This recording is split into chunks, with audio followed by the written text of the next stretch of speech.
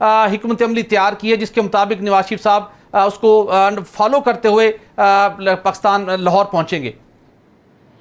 بسم اللہ الرحمن الرحیم. دیکھیں آپ نے صحیح کہا، ان کو عدالتوں نے ہی اجازت دی تھی کہ وہ ملک سے باہر اپنا علاج کرا سکیں، اور وہ انہی عدالتوں میں اپنے آپ کو سرنڈر کریں گے. اور یہ جو لیگل ٹیم ہے وہ عدالتوں سے رابطہ کرے گی اور بالکل ضمانت کے لیے بھی کوشش کی جائے گی، اور ان کو ٹائم دیا جائے گا کہ اس ٹائم پہ ہم جو ہے وہ اپنے آپ کو خود سرنڈر کر دیں گے. تو اسی طرح کا معاملات جو ہیں وہ دیکھے جائیں گے. لیگل ٹیم اس پہ کام کر رہی ہے، لیکن یہ طے ہے کہ میاں نواز شریف جب آئیں گے تو اس کے بعد وہ مینار پاکستان آ کے ایک جو تاریخی استقبال ہوگا اس سے وہ خطاب کریں گے. بالکل ٹھیک. میڈم صاحب میں آپ سے جاننا چاہوں گا، پاکستان پیپلز پارٹی مسلم لیگ نون کے جب پی ڈی ایم میں دیگر اتحادی جماعتوں کے ساتھ آپ بھی اتحادی تھے، اور آصف زرداری صاحب کے بڑا کلوز لائزون رہا ہے نواز شریف صاحب کے ساتھ. اب جو نواز شریف صاحب آ رہے ہیں ایک بڑی سیاسی ہلچل بھی ہے، آپ ان کے ساتھ بدستور آنے والے دنوں میں اس اتحاد کے تحت اپنا پنجاب کے اندر سفر جاری رکھیں گے، یا کچھ چیزیں طے پا گئی کہ نون لیگ اب آپ کے آنے والے دنوں میں بالکل ایک واضح ایک سیاسی حریف کی جماعت ہوگی اور پنجاب سمیت سندھ سمیت آپ بھرپور طریقے سے ان کا مقابلہ کریں گے؟ پیپلز پارٹی کی پارٹی لیول کے اوپر اس حوالے سے کیا طے چیزیں پائی ہیں نون لیگ کے ساتھ، کیسے فیس کرنا ہے پولیٹیکلی؟ سہیل بھٹی صاحب، سب سے پہلے تو اس حقیقت کو تسلیم کرنا ہوگا کہ پاکستان پیپلز پارٹی ایک جماعت ہے، اس کی اپنی آئیڈیالوجی ہے، اس کا اپنا مینیفیسٹو ہے. دیکھیں جو آپ کے اتحاد ہوتے ہیں، پارلیمانی اتحاد یا سیاسی اتحاد، وہ کچھ نکات پر ہوتے ہیں. اس کا مطلب یہ نہیں ہوتا کہ دو جماعتیں ہمیشہ کے لیے ایک دوسرے کے اندر اپنی پارٹیزم کر دیں یا جو ہے وہ اپنی آئیڈیالوجی کمپرومائز کر دیں. تو پیپلز پارٹی کی قیادت بھی پاکستان میں موجود ہے. پیپلز پارٹی بالکل الیکشن موڈ میں ہے. پیپلز پارٹی چاہتی ہے کہ جلد از جلد الیکشن ہو، جبکہ نون لیگ کا اس بارے میں مختلف جو ہے ان کا وہ ٹارگٹ ہے. وہ چاہتے ہیں کہ الیکشن میں تاخیر ہو، ان کے قائد ملک سے باہر ہیں، وہ ان کے واپسی کے منتظر ہیں. تو پیپلز پارٹی جو ہے وہ یہ نہیں سمجھا جا سکتا کہ پیپلز پارٹی جو ہے وہ نون لیگ کے پیچھے چلے گی. پیپلز پارٹی کا اپنا، ہم تو کافی عرصے سے جو ہے الیکشن موڈ میں بھی ہیں، الیکشن کی تیاری بھی کر رہے ہیں، پارلیمانی بورڈ بھی ہمارے بن گئے ہیں، اور 18 اکتوبر سے جو ہے، جو کہ وہ دن تھا جس دن شہید محترمہ بے نظیر بھٹو صاحبہ اپنا کاروان جمہوریت لے کے پاکستان آئی تھی، اس دن سے ہم اپنی جو ہے باقاعدہ الیکشن کیمپین کک آف کر رہے ہیں. تو آپ ہمیں دیکھیں گے پیپلز پارٹی کا جو ہے عوام کے ساتھ رابطہ ہے، عوام متحرک ہے. پیپلز پارٹی جو ہے عوام کے ووٹس پہ کاؤنٹ کر رہی ہے. بالکل میاں محمد نواز شریف کو آنا چاہیے، پاکستان ان کا ملک ہے، وہ واپس آئیں، اپنا کردار ادا کریں. بہت پہلے آ جانا چاہیے تھا. لیکن میڈم کیا یہ سیاسی حکمت عملی، کیا یہ درست ہے کہ جب آپ الیکشن کانٹیسٹ کر رہے ہوں آپ عوام سے ووٹ لسٹ بنیاد پر لیں کہ مسلم لیگ نون آپ کی ایک سیاسی حریف جماعت ہے، لیکن الیکشن کے بعد جب نتائج سامنے آ جائے، جب حکومت سازی کا عمل ہو تو آپ ایک مرتبہ پھر اتحادی بن جائیں؟ تو یہ تو پھر عوام کو بھی مسلیڈ کرنے والی بات نہیں ہوگی؟ نہیں، بالکل نہیں. دیکھیں جہاں پاکستان کا انٹرسٹ ہوگا، جہاں ملک کا مفاد ہوگا، ہم نے تو یہ بات پی ٹی آئی کو بھی کہی تھی کہ آپ آئیں، ان کو آپ قدم بڑھائیں، پاکستان کے مفاد میں کام کریں، چاہے وہ کشمیر کا ایشو تھا، قومی سلامتی کا ایشو تھا. ہر وقت میں ہم نے کہا کہ جی یہ پاکستان کی ضرورت ہے. جب آپ پارلیمنٹ میں پہنچ جاتے ہیں تو پھر یہ ذمہ داری ہوتی ہے کہ آپ ملک کے مفادات کے لیے جو ہے ایک نیشنل یونٹی قائم کریں. ٹھیک ہے، اپنے مینیفیسٹو پہ عمل کرتے ہوئے پیپلز پارٹی اپنے مینیفیسٹو پہ قائم رہی ہے. ہم نے پیپلز پارٹی کے اندر یہ صلاحیت موجود ہے کہ وہ اپنی کمٹمنٹس کو پورا کرتی ہے.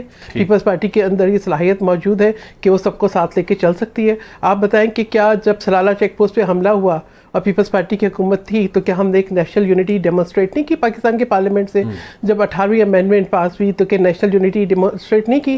جب سیلاب اور بارشیں آئیں تو کیا پوری قوم کو اکٹھا نہیں کیا 2010 2011 میں؟ اور ابھی آپ یہ دیکھیں بدترین سیلاب اور بارشوں کے اندر کیا پیپلز پارٹی عوام کے ساتھ کھڑی نہیں رہی؟ اسی طریقے سے نیشنل ایکشن پلان جب پاس ہوا تو پیپلز پارٹی جو ہے اپوزیشن میں تھی، کیا پیپلز پارٹی آ کے ساتھ نہیں بیٹھی؟ دیکھیں جہاں ملک کے مفادات ہوتے ہیں وہاں پہ ذاتی مفادات یا آپ کے سیاسی مفادات کو پس پش ڈالنا پڑتا ہے. لیکن اس کا بالکل ہرگز یہ مطلب نہیں ہے کہ کوئی پارٹی اپنا وجود، اپنی آئیڈیالوجی، اپنے مینیفیسٹو پہ کمپرومائز کرتی ہے. ہم بالکل جو ہمارا مینیفیسٹو ہے، ہماری آئیڈیالوجی ہے، جو شہید بے نظیر بھٹو صاحبہ کا مشن ہے عوام کی فلاح کا، پیپلز پارٹی اسی پہ قائم ہے، اسی پہ آگے بڑھ رہی ہے. بالکل ٹھیک. صدیقی صاحب میں آپ سے جاننا چاہوں گا، ایک تو میڈم سحر نے بات کی کہ ملکی مفاد کے اندر پاکستان پیپلز پارٹی حکومت میں شریک جماعتوں کا ساتھ دیتی ہے، آپ اس کو کس نگاہ سے دیکھتے ہیں؟ اور اس کے ساتھ تھوڑا سا ہمیں کومنٹ کر کے اپنے اس سوال کے جواب کے ساتھ بتائیے گا کہ شاہد خاقان عباسی صاحب بھی لندن پہنچے تھے، وہاں سے گئے ہیں، تو لندن میں کیا خبریں ہیں کہ وہ پارٹی میں واپس آئیں گے یا بس وہ لاسٹ ملاقات کر کے گئے؟ دیکھیں شاہد خاقان عباسی صاحب نے آ کے یہاں پہ ملاقات کیا میاں نواز شریف سے. انہوں نے کہا میرا 35 سالہ ان کے ساتھ رفاقت ہے. ابھی جو الیکشن کا ماحول ایک تو بنتا نظر نہیں آ رہا, اور جس طرح تحریک استحکام پارٹی بنی ہے, دیکھیں ان کی پارٹی تو بن گئی ہے, اس میں نظر آ رہا ہے کہ بڑے بڑے اسٹالورٹس بھی شامل ہوئے, لیکن وہ ایک بھی ابھی تک جلسہ نہیں کر سکے تاکہ وہ جلسہ کر کے کوئی اپنی عوامی تقلید بھی تو شو کرے نا. جس طرح پرویز خٹک صاحب خیبر پختونخوا میں کوئی جلسے کرنے کی کوشش کر رہے ہیں, تو ایک ماحول نہیں بن رہا. آپ نے دیکھا کہ پچھلے دنوں بھی مریم نواز شریف نے جو ایک کارنر میٹنگ کی تھی وہ بڑی بند گلی کے اندر تھی, شاید کیونکہ تھوڑے سے خدشات یہ ہیں کہ کہیں پہ کوئی انتشار نہ پھیل جائے. اور شہباز شریف صاحب کی گاڑی کے اوپر بھی جس طرح لوگوں نے ایک اختلاف رائے وہاں پہ سامنے آیا, تو ابھی پاکستان میں یہ ماحول بن نہیں پا رہا. تو میرے خیال سے بھی شاید خاقان عباسی صاحب کوئی پارٹی بنائیں گے نہیں, کیونکہ پارٹی کو فائنینسز بھی چاہیے ہوتے ہیں نا. اس میں کوئی شک نہیں کہ شاید خاقان عباسی, مصطفیٰ نواز کھوکر, مفتاح اسماعیل یہ ایک دراز قد کے سیاستدان ہیں, لیکن پارٹیاں اس طرح نہیں بنائی جاتی. ہم نے دیکھا کہ جب بھٹو صاحب کی پارٹی تھی اور ادھر سے بڑے بڑے اسٹالورٹس حفیظ پیرزادہ, حنیف رامے, مولانا کوثر نیازی جب الگ ہوئے تو ان کی کوئی حیثیت نہیں رہ گئی تھی. اسی طرح 99 میں جب نواز شریف صاحب کے اوپر بہت پریشر تھا اور پارٹی کو توڑ کے کنگ پارٹی بنائی گئی, تو اس کا کوئی بھی حل نہیں نکلا. آپ کے سامنے ایک زندہ مثال ہے, چودھری نثار ایک بہت بڑے سیاستدان ہر دور میں رہے, لیکن جب انہوں نے پارٹی چھوڑی تو شاید ان کی کوئی ویلیو نہیں, ان کو کوئی ووٹ اتنا نہیں ملا. تو میرا نہیں خیال کہ شاید خاقان عباسی صاحب ابھی نون لیگ چھوڑیں گے. دوسری طرف جس طرح میری بہن سحر کامران نے بات کی, بڑی اچھی انہوں نے بات کی. دیکھیں پاکستان میں مفاہمت ہونی چاہیے. پاکستان میں نفرتیں بہت بڑھ گئی ہیں, ڈویژنز بہت بڑھ گئے ہیں, اور یہ ابھی کا ایک واقعہ نہیں ہے. آپ نے دیکھا کہ جب بھی لیڈر حضرات کے اوپر کوئی بات آتی ہے تو ہمارا معاشرہ یا ہمارے جو کارکن ہیں وہ اپنے لیڈر حضرات سے پیار کرتی ہیں, اور جب وہ سمجھتے ہیں کہ ان کے ساتھ ناجائز ہو رہی ہے تو ہم نے دیکھا جب آپ ادارے کی بات کرتے ہیں تو سارے ادارے مقدم ہیں. کوئی ایک ادارہ جو ہے وہ مقدس گائے نہیں ہے, جتنے بھی ادارے ہیں وہ مقدم ہیں. لیکن آپ نے دیکھا کہ کس طرح سپریم کورٹ کے اوپر حملہ کیا وہ ایک بدترین دور تھا پاکستان کی ہسٹری میں. اس کے بعد جب محترمہ بینظیر بھٹو شہید ہوئی جس کا غم و غصہ پوری قوم کو تھا, لیکن آپ نے دیکھا کہ سندھ میں کیونکہ پیپلز پارٹی کے کارکن بہت زیادہ ہیں, انہوں نے وہاں پہ بینک بھی جلائے, بہت زیادہ مطلب اس وقت وہاں پہ جلاؤ گھیرا ہوا. یہ ایک غصہ تھا, یہ عوام کے اندر کا ایک غصہ تھا, کیونکہ اتنے عرصے بعد محترمہ آ رہی تھی, ایک بہت بڑے قد کاٹ کی لیڈر تھیں, اور انہیں طرح سیکیورٹی نہ دے کے اس وقت کی قومی ثانیہ تھا, اس کے اوپر عوام کا ریاکشن بالکل ویلڈ تھا. میں لیکن پیپلز پارٹی کا نعرہ پاکستان کھپے کا بالکل نعرہ ایسا, تھا, اس میں کوئی شک نہیں ہے. اس کو بتاؤ تمام مبصرین نے اور باقی سیاسی جماعتوں نے بھی اس وقت ہمیشہ, اس وقت بھی اور بعد بھی ہمیشہ اپریشیٹ کیا. رانا احسان صاحب آپ سے جاننا چاہوں گا, شاہد خاقان عباسی صاحب کے حوالے سے بالخصوص نواز شریف صاحب سے انہوں نے ملاقات تو کر لی اور ان کی اصل رفاقت بھی شاید نواز شریف صاحب کے ساتھ ہی تھی. اطلاعات کیا ہیں, کیا وہ اس وقت پارٹی میں ہیں اور مستقبل میں پارٹی میں رہیں گے, یا وہ اپنا سیاسی مستقبل کے حوالے سے فیصلہ کر کے نواز شریف صاحب کو انہیں انفارم کر دی ہے کہ اب راہیں جدا ہوں گی؟ دیکھیں ان کا جو موقف ہے بڑا کلیئر ہے کہ اگر میاں صاحب کی لیڈرشپ ہوگی تو اس کے اندر وہ سرو کرنے کے لیے تیار ہیں, لیکن اگلی جنریشن کے ساتھ وہ سمجھتے ہیں کہ ان کو ورکنگ سپیس دینے کی ضرورت ہے. تو یہ ان کا موقف بڑا کلیئرٹی کے ساتھ وہ بیان بار بار کرتے رہے. ابھی وہ جماعت کا حصہ ہیں اور میں سمجھتا ہوں ان کو جماعت کا حصہ رہنا چاہیے, کیونکہ جہاں نئی جماعتیں جو ہیں وہ میرا نہیں خیال کہ ملک کی کوئی کے اندر کوئی تبدیلی لا سکتی ہیں. جس چیز کی ضرورت ہے وہ یہ ہے کہ جو آلریڈی حاضر جماعتیں ہیں وہ کوئی رینیو کریں, مساق جمہوریت کو اور مساق معیشت کے اوپر کام کریں. اس کی زیادہ ضرورت ہے بجائے کہ ایک نئی جماعت جو ہے وہ بنائی جائے. میرے خیال سے وہ بھی سمجھتے ہیں کہ جماعتیں جو ہیں اتنی جلدی نہیں بنتی ہیں, اور اگر بڑا ایک سٹرگل اور بڑا لمبا عرصہ لگتا ہے جماعتوں کو اسٹیبلش ہونے کے لیے, تو اس کے بجائے ان کو میں سمجھتا ہوں ہمیں ابھی بھی وہ جماعت کا حصہ ہے اور کوئی ایسی علیحدگی ابھی تک تو نہیں ہوئی.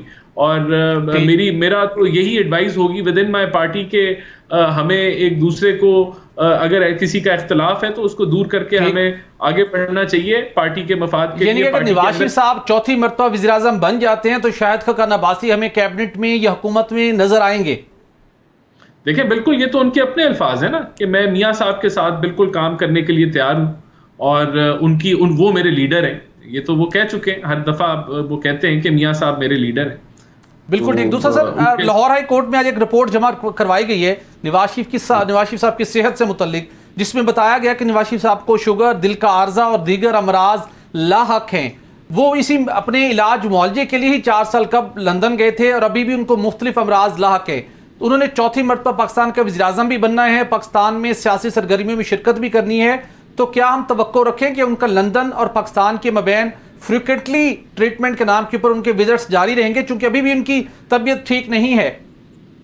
دیکھیں, طبیعت ان کی ٹھیک ہے کیونکہ علاج ان کا اچھا ہو رہا ہے اور وہ اپنی خیال رکھ رہے ہیں اپنی ہیلتھ کا. لیکن بہرحال ان کا ایک ایج فیکٹر ہے, 70 سے وہ اوپر ہو چکے ہیں. دل کا ان کو جو مرض ہے وہ بالکل ہے, اس کی ٹریٹمنٹ ساتھ ساتھ چل رہی ہے. جب وہ پاکستان میں آئیں گے تو تب بھی وہ اپنی میڈیکیشن اور ٹریٹمنٹ جاری رکھیں گے. یہ لیکن ایسا نہیں ہے, اگر وہ اپنا خیال رکھیں گے ہیلتھ کا تو وہ انشاءاللہ تعالی جس طرح وہ نظر آتے ہیں ایک ہیلدی انسان کے طور پہ, وہ اسی طرح وہ رہیں گے.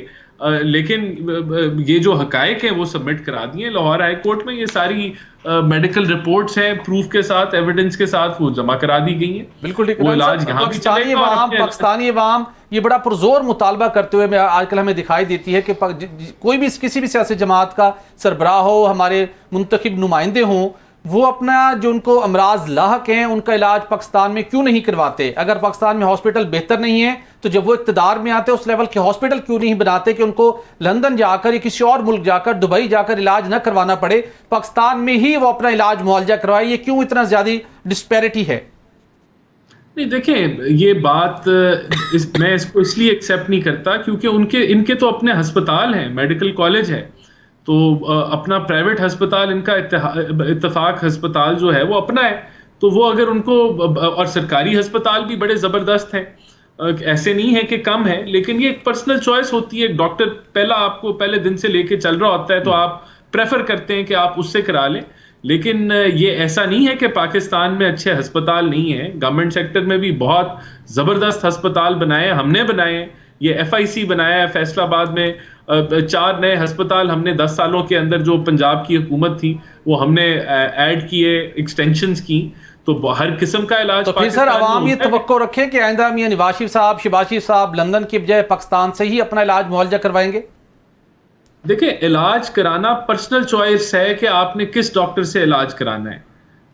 یہ تو ایک پرسنل چوائس ہے. ہسپتال یہ کہنا کہ یہ اس لیے باہر سے علاج کراتے ہیں کہ پاکستان میں کوئی اچھا ہسپتال نہیں ہے, ایسا نہیں ہے. پاکستان میں بہت اچھے ڈاکٹر ہیں, بڑے اچھے ہسپتال ہیں, لیکن کس سے علاج کرانا ہے یہ تو آپ کی مرضی ہے کہ آپ پاکستان سے کرائیں یا آپ دبئی سے کرائیں یا امریکہ سے کرائیں یا کس ڈاکٹر سے آپ نے چیک کرانا ہے. یہ تو پرسنل چوائس ہوتی ہے. بالکل ٹھیک. میڈم صاحب, میں آپ سے جاننا چاہوں گا ڈسکشن کو آگے بڑھانے سے قبل, عوام کا ایک بڑا مطالبہ بھی ہوتا ہے, آپ ذاتی طور پر کیا سمجھتے ہیں اگر پاکستان میں اس لیول کے ہاسپٹل موجود ہیں, اگرچہ کہ اگر اسلام آباد کی بات کر لیں, پیمز ہو, پولی کلینک ہو, بہت بری صورتحال ہے, پرائیویٹ ہاسپٹل کچھ قدرے بہتر موجود ہیں, تو ہمارے جو سیاسی رہنما ہیں انہیں اپنا علاج معالجہ یہیں پاکستان کا ہسپتالوں سے نہیں کروانا چاہیے؟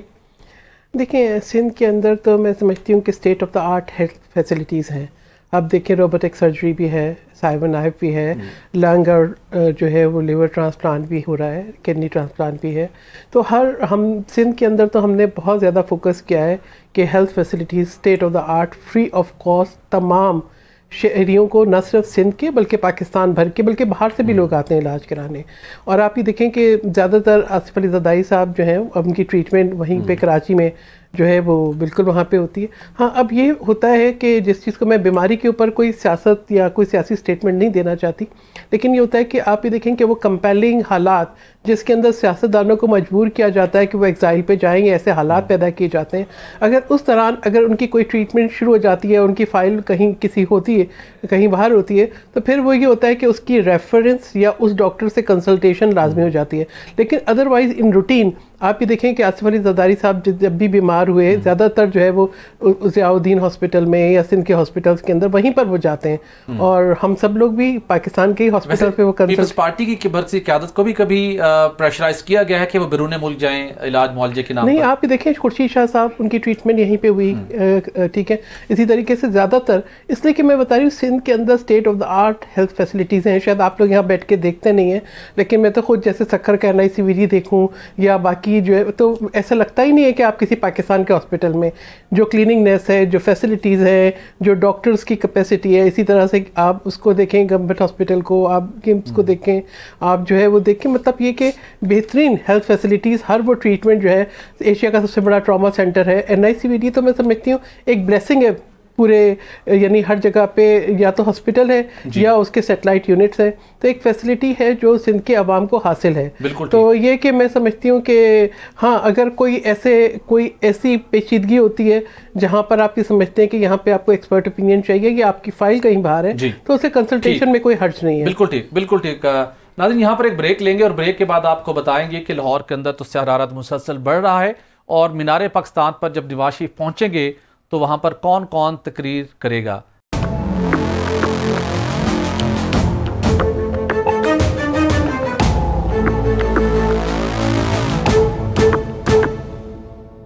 ویلکم بیک ناظرین.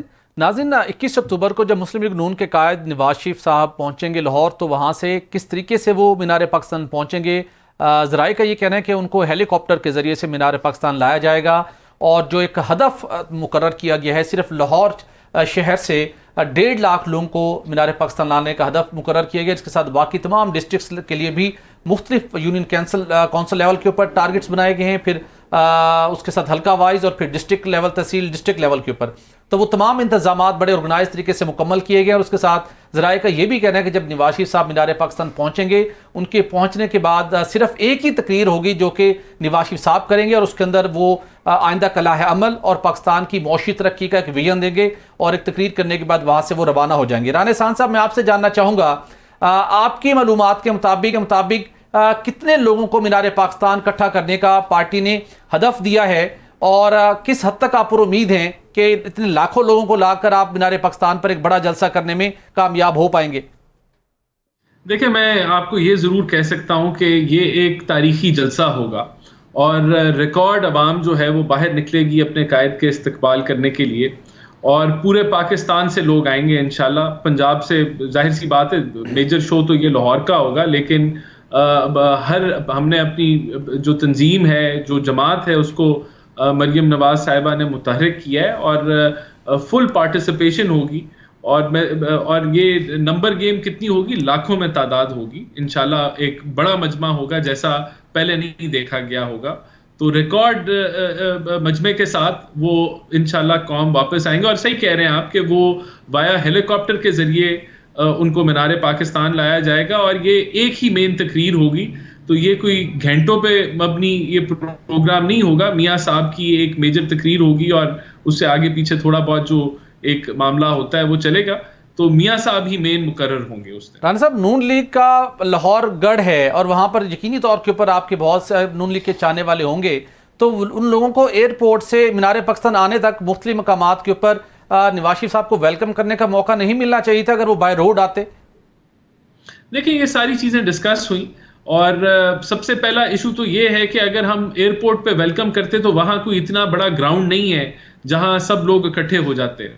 تو پھر دوسرا یہ کہ اگر ایک جگہ سے لے کے چلتے دوسری جگہ تو تب بھی سارا, تو یہ بہتر سمجھا گیا کہ ہم ایک ہی پوائنٹ پہ سارے اکٹھے ہوں, وہیں میاں نواز شریف کا ویلکم ہو اور ادھر آ کے وہ تقریر ایک کریں جو کہ پوری قوم سنے, ٹیلی کاسٹ ہو. تو اس معاملے کو بہتر سمجھا گیا اور میں سمجھتا ہوں کیونکہ جگہ نہیں تھی ایئرپورٹ اور ایئرپورٹ وہاں بند ہو جاتا مجمع کی وجہ سے, وہاں آمد و رفت خراب ہو جاتی لوگوں کی, تو اس چیز کا بھی جو ہے احساس کیا گیا اور بہتر سمجھا کہ جو ایک گراؤنڈ جہاں جو عام زندگی ہے وہ نہ رکے تو وہ اس کی سلیکشن کی گئی کہ ہمارے پاکستان پہ یہ اکٹھے ہو جائیں. تو میں سمجھتا ہوں یہ ایک اچھی پلاننگ ہے جس سے عام شہری اس کی بھی جو ڈیلی روٹین ہے وہ خراب نہیں ہوگی اور اس کے ساتھ ساتھ ایک ہم اپنا پاور شو جو ہے وہ مینار پاکستان میں کر لیں. بالکل ٹھیک. صدیقی صاحب, آپ سے جاننا چاہوں گا کیوں ضرورت پڑتا ہے کسی بھی پولیٹیکل پارٹیز کو کہ جب اس نے ایک بڑے پیمانے کے اوپر ٹیک آف کرنا ہے,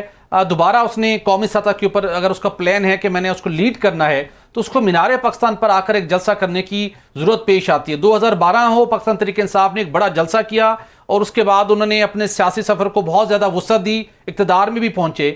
تو مسلم لیگ نون کو کس وجہ سے یہاں پر مینار پاکستان سے کیا ایک میسج دینا ہے, باور کرانا ہے کہ جس طریقے سے 2012 میں یہ اس کے بعد مینار پاکستان پر بڑی تعداد میں عوام اکٹھی ہوتی تھی اور وہاں پر عوام کا بڑی تعداد میں اکٹھے ہونا ایک سٹیمپ ہے, ایک سرٹیفکیٹ ہے کہ اب آپ آ کر لیڈ کر سکتے ہیں اور آئندہ کا اقتدار آپ کے حصے میں ہوگا.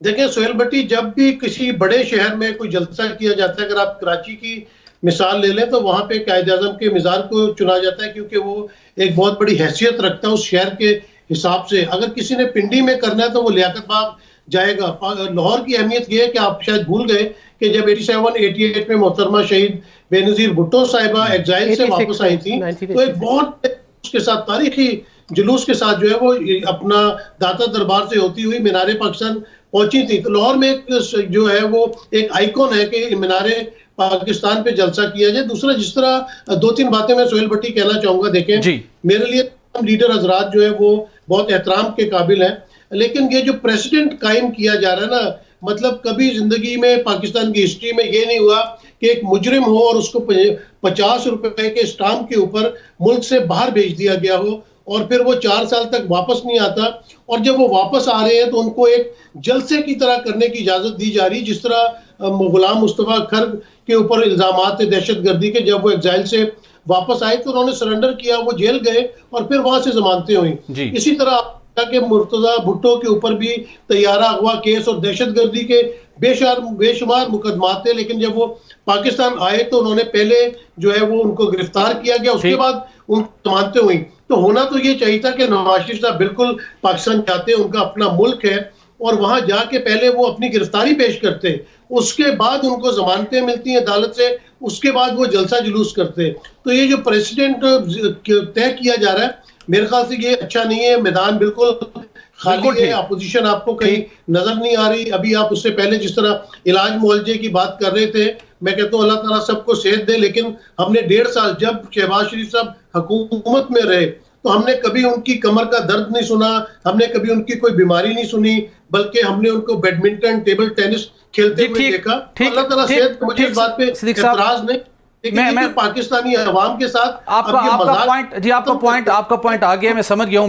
میڈم سحر سے ان کی رائے لیتے ہیں. میڈم, نواز شریف صاحب کے لیے بیسٹ, ایک وہ بڑے سیاسی لیڈر ہیں, نون لیگ کے قائد بھی ہیں, اور اس وقت جب ان کو عدالتوں پر اعتماد بھی ہے, عدالتوں سے انہیں ریلیف بھی ملتا ہے, تو ایک سیاسی لیڈر کے لیے جب انہیں پتا ہے کہ کیس کے اندر ان کی ضمانت بھی نہیں ہے اور اس کے اندر سٹل وہ کنوکٹڈ ہیں, تو ان کے لیے بہترین فیصلہ کیا تھا کہ سب سے پہلے آ کے سرنڈر کرتے, عدالت سے اپنا فیصلہ لیتے اور اس کے بعد مینار پاکستان پر جلسہ کر لیا جاتا. کبھی بھی کر سکتے تھے, انتخابی مہم چلنی ہے, الیکشن کو بھی بہت سا وقت پڑا ہوا ہے. بہترین تجویز, بہترین کیا فیصلہ ان کے لیے تھا جو ان کو اڈاپٹ کرنا چاہیے تھا؟ لیکن قانون سب کے لیے برابر ہونا چاہیے, ہر شہری کے لیے قانون برابر ہونا چاہیے. ایسا تاثر دینا یا ایسا تاثر دے کے تجزیہ کرانا کہ کوئی ڈیل ہو گئی ہے, جو ہے کوئی خاص جو ہے وہ سہولتیں گرانٹ کی جا رہی ہیں, میں سمجھتی ہوں, یا کوئی شخص جو ہے وہ باہر سے آئے گا اور سیدھا اقتدار میں چلا جائے گا, یہ میں سمجھتی ہوں کہ ملک کے قوانین کی بھی کو بھی ہیوملیٹ کرنا ہے, عوام کے جو ایک ووٹ کا رائٹ ہے اس کو بھی انڈرمائن کرنا ہے. ایسا تاثر بالکل نہیں ملنا چاہیے. اگر نواز شریف صاحب جو ہے اپنی پارٹی کے جو ہے وہ قائد ہیں, ایک پرومیننٹ لیڈر ہیں پاکستان کے, ان کو تو مثال جو ہے وہ دینی چاہیے, ایک ایسی مثال قائم کرنی چاہیے کہ وہ آئے, ملک کے قوانین کا احترام کیا اور ایک اپنا جو ہے وہ استعمال کیا جو ایک طریقہ ہے پاتھ وے اس کو, اور اس کے بعد جو ہے وہ اپنی انہوں نے جو چلانی ہے کمپین. اور دوسری بات یہ کہ الیکشن کمپین ان کی جماعت یہاں پر ہے, شہباز شریف یہاں پر ہے, باقی قائدین ہیں, اس کو مشروط کرنا کہ نواز شریف صاحب آئیں گے تب الیکشن کی تاریخ اناؤنس ہو, تب الیکشن ہو, میں سمجھتی ہوں کہ ایک بہت غلط تاثر ہے. اور اس سے جو ہے ہم ایک پورا جو ایک شفاف الیکشن کا جو ایک امیج بڑھتا ہے, یا ایک شفاف الیکشن کی جو ایک ریکوائرمنٹس ہیں وہ سب انڈرمائن ہوتی ہیں. ایسا لگتا ہے کہ کسی کے پارٹی نے بہت آبجیکٹ کیا, مطالبہ بھی کیا ارلی الیکشن ہونے چاہیے, لیکن پھر ہم نے دیکھا چوہے شجاع صاحب کے مشورے کے بعد پاکستان پیپلز پارٹی خاموش ہو گئی. نہیں, بالکل نہیں, بالکل خاموش نہیں ہوئی. پیپلز پارٹی متحرک ہے. میں نے آپ کو بتایا نا, 18 اکتوبر کو ہم باقاعدہ اپنی الیکشن کمپین کو کک آف کر رہے ہیں. ہمارا مطالبہ اپنی جگہ ہے کہ الیکشن جو ہے وہ بر وقت ہونے چاہیے, جلد از جلد ہونے چاہیے. الیکشن کے اوپر پیپلز پارٹی وہ واحد جماعت ہے جس نے کبھی کمپرومائز نہیں کیا. آپ یہ دیکھیں کہ محترمہ بے نظیر بھٹو صاحبہ کی شہادت کے بعد بھی ہم نے الیکشنز کو پیپلز پارٹی وہ پارٹی تھی جس نے کہا کہ پاکستان میں جو قربانیاں جمہوری نظام کے لیے دی ہیں ان کا تسلسل رہنا چاہیے. 2013 کے الیکشن میں پیپلز پارٹی کو الیکشن کمپین نہیں کرنے دی گئی. 2018 کے الیکشن میں RTS کے نام پر جو ہے پیپلز پارٹی کے ساتھ جو ہے زیادتی کی گئی. لیکن پیپلز پارٹی کی تمام تحفظات کے باوجود بھی ہم نے جمہوری اور پارلیمانی راستہ اختیار کیا اور پارلیمنٹ میں آ کے بیٹھے. تو ابھی آپ کو امید ہے کہ لیول پلینگ فیلڈ جس کا آپ کا مطالبہ تھا وہ آپ کو آنے والے دنوں میں ملے گی؟ دیکھیں، شفاف الیکشن ملک کے مسائل کا واحد حل ہے. اگر آج پاکستان کو ہم چیلنجز سے باہر نکالنا چاہتے ہیں، چاہے وہ داخلی ہوں، چاہے وہ انٹرنیشنل ہو، چاہے وہ جو ہے آپ کے معاشی چیلنجز ہوں، سیاسی چیلنجز ہوں، استحکام اسی وقت آئے گا جب صاف و شفاف بر وقت الیکشنز ہوں گے. یہ واحد راستہ ہے. بالکل ٹھیک. بس رانا صاحب میں آپ سے ایک لاسٹ کوشچن کرنا چاہوں گا. ایک تو ہمیں یہ بتائیے گا کہ لاہور میں شہباز شریف صاحب اور مریم نواز صاحبہ چچا بھتیجی الگ الگ جلسے کیوں کر رہے ہیں؟ اور اس کے ساتھ یہ بھی بتا دیجیے گا، ابھی شہباز شریف صاحب نے کہا ہے کہ قانونی ماہرین نے نواز شریف صاحب کو گو ہیڈ دے دیا ہے. یہ قانونی ماہرین ہیں یا کچھ اور ماہرین ہیں جنہوں نے گو ہیڈ دیا؟ یہ زرعی ماہرین ہے.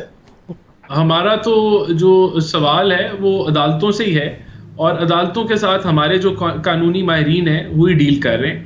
تو اگر گو ہیڈ ملا ہے تو ہماری لیگل ٹیم نے کہا ہوگا کہ قانون کے مطابق ان کو پروٹیکٹیو بیل مل جائے گی، یا جو بھی معاملات ہیں وہ پھر لیگل ٹیم کورٹ سے طے کرے گی، اور جس طرح کورٹ پھر ہدایت دے گا. اور دیکھیں، کورٹ میں میاں صاحب سرنڈر کریں گے اپنے آپ کو، اور ہم نے پہلے بھی کبھی قانون کی دھجیاں نہیں اڑائیں کہ آپ اریسٹ وارنٹ لے کے جائیں تو آپ جو ہے وہ پیٹرول بم مارنا شروع ہو جائیں اور خواتین کو پارٹی کے آگے کر دیں اور پھر لڑائی جھگڑے کا ماحول بنا دیں. تو ہمارا یہ کبھی بھی نہیں رہا. میاں صاحب پہلے بھی لندن سے آئے، انہوں نے گرفتاری دی.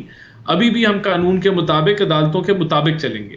تو اور دوسری بات یہ کہ میاں صاحب کے واپس آنے کے بعد الیکشن ڈیٹ اناؤنس ہونا، کوئی وہ میاں صاحب الیکشن ڈیٹ اناؤنس نہیں کر رہے. یہ تو جو ڈی لمیٹیشن کا پروسیس ہے اس کے بعد ECP نے الیکشن ڈیٹ اناؤنس کرانی ہے. اس سے ہمارا کوئی میاں صاحب کی واپسی کا لینا دینا نہیں ہے کہ وہ آئیں گے تو الیکشن ڈیٹ ہوگا. آپ اس کو اگر ڈھونڈنا چاہیں تو ران صاحب آخر میں یہ ضرور بتا دیجیے گا کہ چچا بھتیجی الگ الگ جلسے کیوں کر رہے ہیں؟ نہیں، یہ تو ایسی تو کوئی بات ہی نہیں ہے. اب جلسے تو ہمارے ایک نہیں 50 ہو رہے ہیں ہر روز.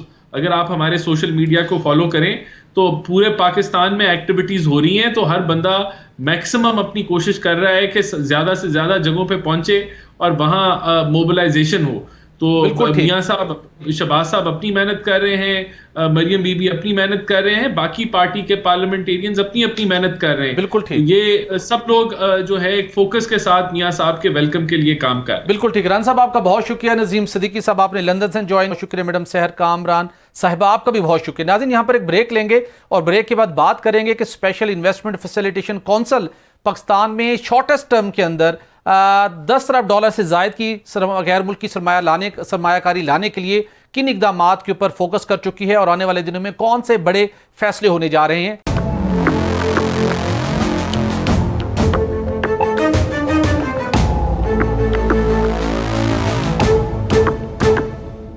ویلکم بیک ناظرین. اسپیشل انویسٹمنٹ فیسیلیٹیشن کونسل نے مجموعی طور پر 15 وفاقی وزارتوں سے متعلقہ 40 سے زائد منصوبوں میں سرمایہ کاری، نجکاری اور بڑے پیمانے پر اصلاحات کا بیڑا اٹھایا ہے، جس میں PIA، اسٹیلز ملز، بجلی کی تقسیم کار کمپنیاں، RLNG پاور پلانٹس اور اس کے ساتھ دیامر بھاشا ڈیم سمیت 5G اسپیکٹرم کی نیلامی سے متعلق اہم ترین منصوبے شامل ہیں. ماضی میں وفاقی حکومتوں کی جانب سے کبھی بھی اس منظم انداز میں قومی اہمیت کے حامل منصوبوں کے مسائل حل کرنے کی ایسی مثال نہیں ملتی.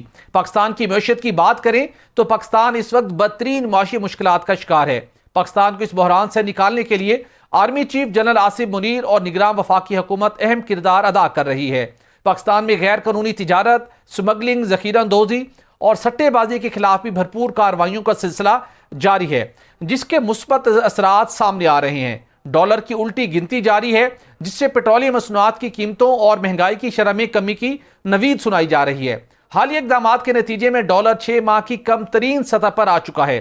ملک میں سرمایہ کاری کو فروغ دینے کے لیے 20 جون 2023 کو سول و عسکری قیادت نے مل کر غیر ملکی سرمایہ کاری کے راستے میں رکاوٹیں دور کرنے کے لیے اسپیشل انویسٹمنٹ فیسیلیٹیشن کونسل قائم کی تھی، جس کے تحت ملک میں اربوں ڈالر کی سرمایہ کاری کا پلان بنایا گیا. اس میں ایک اہم پیش رفت سامنے آئی ہے. ناظرین، اسپیشل انویسٹمنٹ فیسیلیٹیشن کونسل کی جانب سے تمام متعلقہ وزارتوں کو اہداف طے کرنے کی ہدایت جاری کرنے کے ساتھ ساتھ ساورن ویلتھ فنڈ میں سرمایہ کاری کی کمپنیوں کا شیئرز منتقل کرنے کا عمل بھی شروع کر دیا گیا ہے۔ اب تک ساورن ویلتھ فنڈ کا حجم 2.26 ٹریلین روپے تک پہنچ چکا ہے۔ بولان مائننگ جوائنٹ وینچر کو خزدار میں برائٹ لیڈ زنک منصوبے کو جس کو درپیش مسائل ہیں ان کو 2 ہفتوں میں حل کرنے کی ہدایت بھی جاری کر دی گئی ہے۔ اس کے ساتھ وفاقی حکومت نے $7 ارب کی ممکنہ سعودی سرمایہ کاری کے لیے ریکوڈک پروجیکٹ کے شیئر سعودی عرب کو فروخت کرنے کی تیاری کرتے ہوئے پیٹرولیم ڈویژن کو دسمبر تک شیئر فروخت کرنے کے لیے تمام تقاضے پورے کرنے کی ہدایات بھی جاری کر دی ہیں۔ پاکستان چاہتا ہے کہ معدنیات کی تلاش کے لیے سعودی عرب کے پاس ریکوڈک میں ایک علیحدہ بلاک ہونا چاہیے، لیکن سعودی عرب موجودہ پروجیکٹ میں سرمایہ کاری میں دلچسپی رکھتا ہے۔ بیری گولڈ کمپنی بھی اس منصوبے میں سعودی عرب کو شراکت دار بنانے میں خاصی دلچسپی رکھتا ہے۔ اسی کے ساتھ ہمیں جوائن کر رہے ہیں ماہر معاشیات ڈاکٹر سلمان شاہ صاحب۔ ڈاکٹر صاحب آپ کا بہت شکریہ۔ ڈاکٹر صاحب جاننا چاہوں گا پاکستان کو جس بدترین معاشی صورتحال کا سامنا ہے اس صورتحال سے پاکستان کو نکالنے کے لیے اسپیشل انویسٹمنٹ فیسیلیٹیشن کونسل بہت کلیدی کردار ادا کرتے ہوئے دکھائی دے رہی ہے۔ اگرچہ کہ اس کونسل کا قیام جون 2023 میں عمل میں آیا تھا، لیکن اب ہم نے دیکھا ہے کہ اس کی جو دائرہ کار ہے مسلسل بڑھتا گیا، اور اب لیٹسٹلی ہمیں پتہ چلا کہ 15 وفاقی وزارتوں سے متعلقہ 40 سے زائد اہم ترین منصوبے ہیں، جس کے اندر غیر ملکی سرمایہ کاری کے معاملات بھی ہیں، ان اداروں کے اندر اصلاحات کے معاملات ہیں، نجکاری کا معاملہ ہے۔ تو ان تمام معاملات کو اسپیشل انویسٹمنٹ فیسیلیٹیشن کونسل اب ڈیل کر رہی ہے۔ میرا اصل سوال یہ ہے کہ اس انداز سے منظم طریقے سے ماضی میں اقتصادی رابطہ کمیٹی کا فورم تھا، وفاقی کابینہ ہے یا دیگر فورمز موجود ہیں، وہ ان معاملات کو حل نہیں کر پائے، تو اسپیشل انویسٹمنٹ فیسیلیٹیشن کونسل جتنے بڑے پیمانے کے اوپر ان معاملات کو لے کر چل رہی ہے، کیا آپ کو لگتا ہے کب تک اس کے ثمرات ملکی معیشت کو اور عوام کو ملنا شروع ہو جائیں گے؟ دیکھیں، ایک چیز تو یہ ہے کہ اگر جو بھی کوشش کی جائے اقتصادی امور کی ٹرانسفارمیشن کے لیے، میں لفظ استعمال کر رہا ہوں ٹرانسفارمیشن کا، جی، اس کا مطلب یہ ہے کہ جتنے بھی اقتصادی امور اس وقت موجود ہیں ان کو ہم نے بہتری کی طرف لے کے جانا ہے، ٹرانسفارم کرنا ہے، تاکہ پاکستان کی اکانومی جو ہے وہ تیزی سے گرو بھی کر سکے، اس میں ایکسپورٹس کرنے کی کیپیسٹی بھی بن جائے، کمپیٹیٹیونیس اس کی بہتر ہو، پروڈکٹیوٹی بہتر ہو، جی، روزگار کے موقع مہیا کیے جائیں، اور اس کے لیے تمام وہ پالیسیز بنائی جائیں جس سے یہ آبجیکٹیوز پورے ہوں۔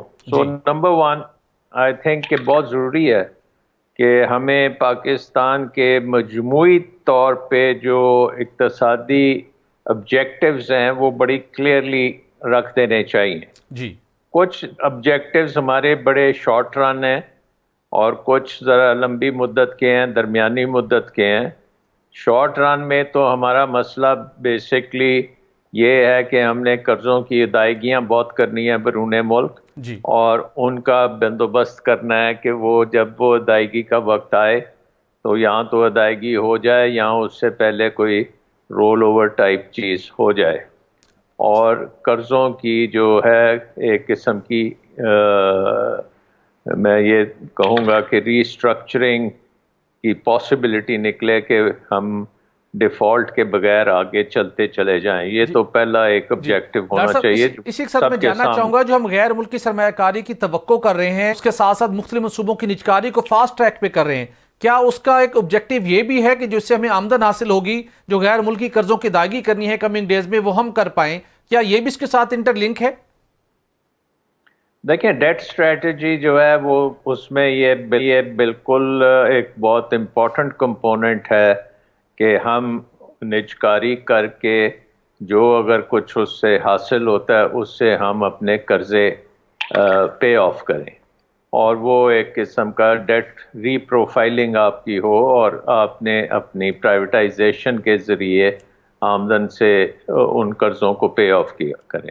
دوسرا اس کا بینیفٹ یہ ہے کہ ہمارے جو اثاثے ہیں، پرٹیکولرلی اسٹیٹ اونڈ انٹرپرائزز جو ہیں، جی، وہ بہت بڑے بڑے نقصان کرتی ہیں، ایگزیکٹلی، اور ان کے نقصانات جو ہیں وہ بھی ختم ہوں تاکہ حکومت کے بجٹ کے اوپر اتنا بڑا بوجھ نہ پڑے، اور حکومت اپنے دوسرے کام کرے، بہبود کے کام کر سکے، یا انسٹیڈ آف کہ آپ کبھی پی آئی اے کو بیل آؤٹ کریں، کبھی ریلویز کو بیل آؤٹ کریں، کبھی کسی اور سرکاری ادارے کو بیل آؤٹ کریں. سو پرائیویٹائزیشن اور ڈیٹ اسٹریٹجی یہ دونوں جڑے ہوئے ہیں، یہ آپس میں جڑے ہوئے ہیں. جی ٹھیک. اس کے ساتھ ساتھ پھر آپ نے یہ بھی دیکھنا ہے کہ عوام ہماری جو ہے وہ اب 5ویں سب سے بڑی آبادی ہے دنیا کی. اور ہماری الٹیمیٹلی میرے خیال میں ہمارے ویژن میں، ہمارے گولز میں یہ ہونا چاہیے کہ ہمیں جلدی سے جلدی دنیا کی 5ویں سب سے بڑی اکانومی بھی بننا ہے. درست. اب یہ اگلے 5 سال میں بنے، 10 سال میں بنے، یا 15 سال میں بنے، یا 20 سال میں بنے، ہمیں آئیڈیا لگا لینا چاہیے کہ کتنے سالوں میں ہم نے دنیا کی 5ویں سب سے بڑی اکانومی بننا ہے. اور پھر ہماری تمام اسٹریٹجیز اور تمام ہمارے پروسیجر، تمام ہماری بیوروکریسی، تمام ہمارا پرائیویٹ سیکٹر، بزنس کمیونٹی، یہ سب اس گول کی طرف اپنی ایفرٹ کریں اور ایک کمبائنڈ ایفرٹ کے ساتھ ہم پہنچیں، تاکہ ہماری آبادی کے مطابق ہماری اکانومی کو ہونا چاہیے. بالکل ڈاکٹر صاحب، ہماری بڑی بدقسمتی ہے جس گول کا تعین کرنے کی آپ بات کر رہے ہیں، یقینی طور کے اوپر اس کا طے ہونا ضروری ہے، لیکن دنیا کا کوئی بھی ملک ہو، اس نے معاشی لحاظ سے اگر ایک اپنا گول سیٹ کیا ہے، وہاں تک پہنچنا ہے، تو اس کے لیے ضروری ہے کہ اس ملک کے اندر سیاسی استحکام ہو. ہم ماضی قریب میں نظر دوڑائیں یا حال میں دیکھیں تو سیاسی استحکام ہمیں دکھائی نہیں دیتا. سیاسی عدم استحکام ہماری راہ میں سب سے بڑی رکاوٹ ہے. تو اس گول کو حاصل کرنے کے لیے کیسے ہم پولیٹیکل سٹیبلٹی کو انشور کر سکتے ہیں؟ دیکھیں، اگر ہمارا یہ گول بن جاتا ہے کہ ہم نے اگلے 20-25 سال میں دنیا کی 5ویں سب سے بڑی اکانومی بننا ہے، اور ہمیں یہ بھی پتہ ہے کہ یہ صرف ایک ہی طریقے سے پاسبل ہے کہ پاکستان میں امن ہو، پاکستان میں ایک پولیٹیکل کانفلکٹ ختم ہو، اور سب تقریباً ایک پیج پہ آ جائیں ترقی کے پوائنٹ آف ویو سے. اور انسرٹنٹی، بے یقینی جو ہے، یہ موت ہے انویسٹمنٹ کی، یہ موت ہے اکانومی کی. تو بے یقینی کو ختم کرنا تو نمبر 1 ہمارے جو بھی ڈیسیجن میکرز ہیں ان کا نمبر 1 فنکشن ہے کہ بے یقینی کو بالکل ختم کیا جائے. جی. اور اس کے ساتھ ساتھ رول آف لا جو ہے وہ بہت امپورٹنٹ ہے، کیونکہ انویسٹمنٹ جو ہے وہ رول آف لا کے بغیر نہیں آ سکتی. جی ڈاکٹر صاحب، جاننا چاہوں گا، جب آرمی چیف نے ہدایت کی کہ ڈالر کی جو قدر ہے وہ اس کو کنٹرول کرنے کی، ان کی ڈائریکشن کے اوپر جو ڈالر کی ہولڈنگ ہو رہی تھی، سمگلنگ ہو رہی تھی، اس کے خلاف کارروائی ہوئی، تو ڈالر کی قدر مسلسل کم ہو رہی ہے. 6 ماہ کی کم ترین سطح پر ڈالر کی قدر آ چکی ہے. آپ کا کیا اندازہ ہے کہ ڈالر کی جو ایکچوئل ویلیو ہے وہ کس سطح پر لائی جائے گی، اور کیا یہ سسٹینیبل ہوگی؟ دیکھیں، ایک تو یہ ہے کہ فورن ایکسچینج کی جو مارکیٹ ہے اس میں ڈیمانڈ اور سپلائی جو ہے، ان دونوں چیزوں کے اوپر ہم نے نظر رکھنی ہے. جی. کیونکہ بے شمار مارکیٹس ہیں. ایک ہماری انٹر بینک مارکیٹ ہے، ایک اوپن مارکیٹ ہے، کوئی حوالہ مارکیٹ ہے، کوئی پشاور کی مارکیٹ ہے.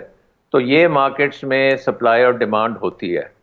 اگر ہم باقی ساری مارکیٹس کو بند کر دیتے ہیں ایڈمنسٹریٹو طریقوں سے، تو ظاہر ہے کہ سپلائی جو ہے وہ بھی کم ہوگی، اور ڈیمانڈ جو ہے وہ آپ نے مصنوعی طور پہ بند کر دی ہے. جی. اور اگر اوپن مارکیٹ میں کام صرف چلے گا تو بہت سی ڈیمانڈ جو ہے وہ پوری تو نہیں ہوگی، لیکن وہ روپے کی ویلیو اوپن مارکیٹ جو انٹر بینک مارکیٹ ہے اس میں بہتری آنی شروع ہو جائے گی. جی. یہ انیشل سٹیپ کے لیے تو ٹھیک ہے، لیکن لانگر ٹرم آپ نے اگر اسٹیبلٹی لانی ہے تو آپ کو وہ انسینٹیوز ختم کرنے پڑیں گے جس کی وجہ سے اتنی زیادہ ڈیمانڈ ڈالرز کی آتی ہے. بالکل. اور وہ ڈیمانڈ 3-4 چیزوں سے آ رہی ہے. نمبر 1 ایک تو کیپٹل فلائٹ ہے، بہت سا پاکستان کا سرمایہ بیرون ملک چلے جاتا ہے. دوسری جو چیز ہے ہماری ٹریڈ جو ہے اس میں بہت سی ہڈن ٹریڈ ہے جو کہ فائنینس ہوتی ہے حوالہ کے ذریعے. افغانستان کے ساتھ ہماری تجارت جو ہے وہ بہت امپورٹنٹ ہے. جی. لیکن وہ ہماری آفیشیل طریقے سے نہیں ہوتی، وہ ایک مارکیٹ جو ہے ان آرگنائزڈ مارکیٹ کہنا چاہیے، اس کے تحت ہوتی ہے. سو ہمیں دیکھنا بھی یہ بھی ہے کہ یہ تمام مارکیٹس جو ہیں ان کو ہم صحیح کریں، ان میں جی بالکل جو ضروریات ہیں ان کو ٹھیک کریں.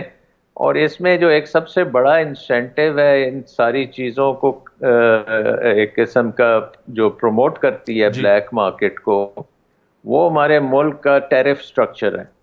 کیونکہ ہم نے ڈیوٹیز بہت زیادہ لگائی ہوئی ہیں، ہر چیز پہ ڈیوٹی بھی ہے، ہر چیز پہ سیلز ٹیکس بھی ہے.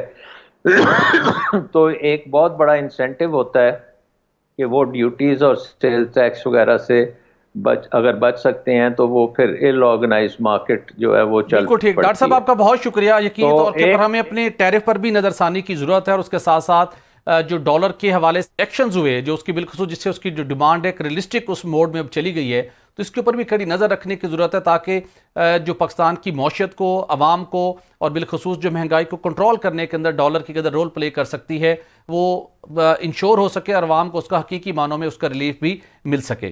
ناظرین، نیشنل ایکشن پلان کی ایپکس کمیٹی کے فیصلے کے بعد ملک بھر میں غیر قانونی طور پر مقیم افغانیوں کے خلاف مربوط حکمت عملی کے تحت کریک ڈاؤن شروع کر دیا گیا ہے. پاکستان میں غیر قانونی طور پر مقیم افغان شہریوں کی ٹریکنگ اور ان کے کاروبار کی جیو فینسنگ بھی شروع کر دی گئی ہے. وفاقی دارالحکومت میں 22,000 کے لگ بھگ افغان شہری مقیم ہیں. Federal employees cooperative housing society سمیت دیگر سوسائٹیوں کی جانب سے گھروں اور پلازوں کے مالکان کو وارننگ نوٹس جاری کر دیے گئے ہیں. گھروں اور پلازوں کے مالکان کو متنبہ کیا گیا ہے کہ آپ کے گھر اور فلیٹ میں جتنے بھی افغان باشندے رہائش پذیر ہیں انہیں فوری طور پر بے دخل کیا جائے. 1 نومبر سے وفاقی حکومت کے ادارے آپریشن کا باضابطہ آغاز کر دیں گے.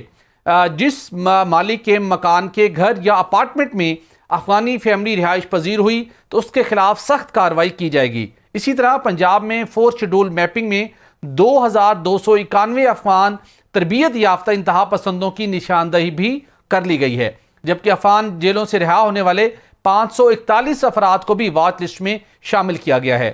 پولیس ریکارڈ کے مطابق پنجاب میں کارڈ ہولڈر اور دستاویزی رجسٹرڈ افغانوں کی تعداد 2,75,000 سے زائد ہے، جبکہ اوور سٹے اور غیر قانونی طور پر مقیم افغان باشندوں کا کوئی ریکارڈ ابھی تک موجود نہیں ہے. کراچی میں بھی غیر قانونی طور پر مقیم افغان تارکین وطن کے خلاف کریک ڈاؤن کا فیصلہ کیا گیا ہے. افغان باشندوں کے خلاف گرینڈ آپریشن کیا جائے گا جس میں مضافاتی علاقوں میں مقیم تارکین وطن کے کوائف چیک ہوں گے.